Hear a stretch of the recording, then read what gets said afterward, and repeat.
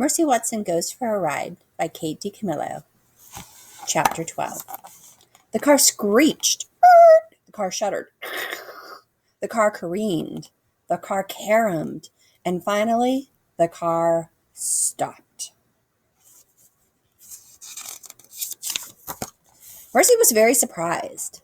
Suddenly, she was not driving the car. Suddenly, she was not even in the car. Suddenly, Mercy was airborne. Mr. Watson was wearing his seatbelt. He did not fly out of the car. Baby Lincoln was wearing her seatbelt. She did not fly out of the car.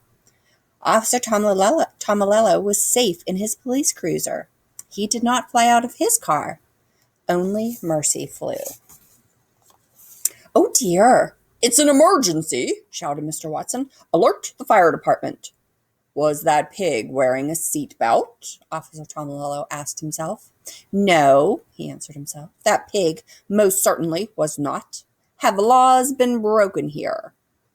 "Most certainly, most definitely, laws have been broken here." Mr. Watson and Baby Lincoln and Officer Tomalello watched Mercy fly. They watched her land. Oof!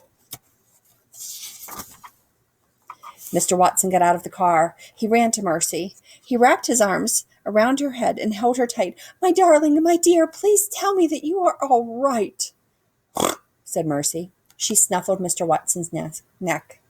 "Oh, hooray," said Baby. "She is fine." "Oh, thank you," said Mr. Watson. "Thank you, thank you, thank you." He bent his head and covered the tips of Mercy's ears with kisses.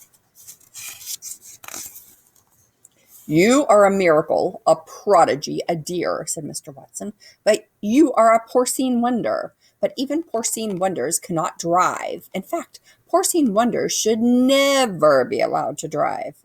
Ever." Mercy sighed. She was glad the ride was over. She felt a tiny bit dizzy and a little bit dazed, and she wanted very much to go home. Chapter 13. Eugenia Lincoln and Mrs. Watson stood together on the Watsons' front porch. They watched a police car pull into the driveway. Mr. Watson and Mercy and Baby Lincoln were all in the back seat. "As I suspected," said Eugenia. "Trouble, folly, and that pig is right in the middle of it." "Oh," said Mrs. Watson, "my darlings, my dears." She ran out to the police car. "I'm so glad you are home. The toast was starting to get cold." Mr. Watson and Baby Lincoln got out of the car.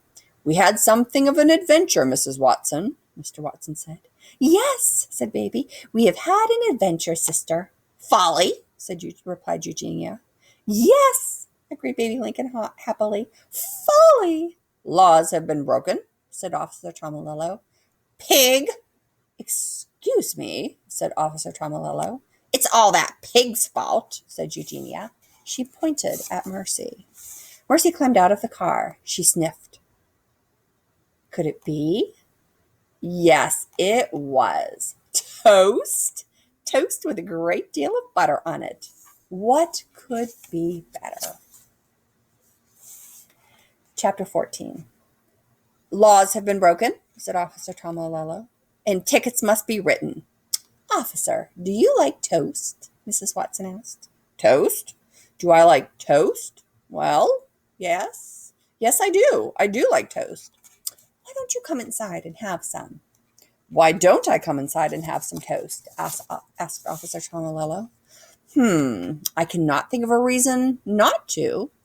"Lovely," said Mrs. Watson. She clapped her hands together. "Right this way." "What nonsense," grumbled Eugenia Lincoln. "Toast is not the answer." "No, sister," said Baby Lincoln, "but it does smell heavenly." She took hold of Eugenia's hand. "Well," said Eugenia, "it has been expertly buttered." And so that Saturday, Officer Tomalello and Eugenia Lincoln and Baby Lincoln and Mr. Watson and Mrs. Watson and Mercy Watson all sat around the table together and ate hot buttered toast.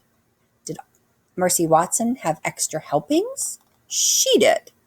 And so did Officer Tomalello. The end.